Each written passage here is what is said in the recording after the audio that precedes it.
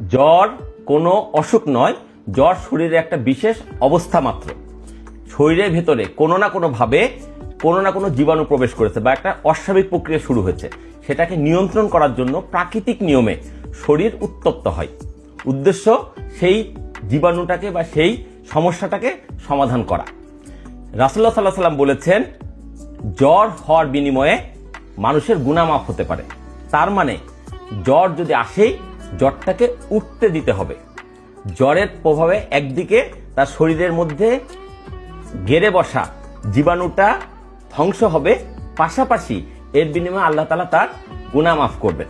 কিন্তু বর্তমান প্রচলিত চিকিৎসায় গা গরম হওয়া শুরু করতে না করতেই আমরা সেটাকে বিভিন্ন কেমিক্যালের তৈরি সিনথেটিক ড্রাগস দিয়ে নিয়ন্ত্রণ করার চেষ্টা করি। এতে করে সাময়িক আমরা উপশম হচ্ছে, রোগের লক্ষণটা বা সমস্যার লক্ষণটা উপশম হচ্ছে, কিন্তু যে সমস্যাটা তৈরি হয়েছিল সেটা কিন্তু নিরাময় হচ্ছে না। উপশম আর নিরাময় এক জিনিস নয়। উপশম হচ্ছে তাৎক্ষণিকভাবে সেটাকে ধামাচাপা দেওয়া কিছুক্ষণের জন্য বা কিছু মোমেন্টের জন্য, আর নিরাময়ভাবে স্থায়ীভাবে সেটা দূর হয়ে যাওয়া। আমি কি ব্যাপারটা বোঝাতে পারছি? সুতরাং জ্বর হলে আমার মতে জ্বরটাকে বাড়তে দিতে হবে।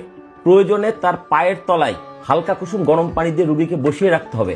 একসময় জ্বরটা বাড়তে বাড়তে শরীরে তার যে উদ্দেশ্য নিয়ে সে গরম হচ্ছে, শরীরের কোনো একটা রোগকে বা কোনো জীবাণুকে সে নিয়ন্ত্রণ করার জন্য সেটা করে যখন সেটা পুরো তার কাজটা সম্পন্ন হয়ে যাবে, তখন এমনি তাপমাত্রা আবার স্বাভাবিক জায়গায় চলে আসবে।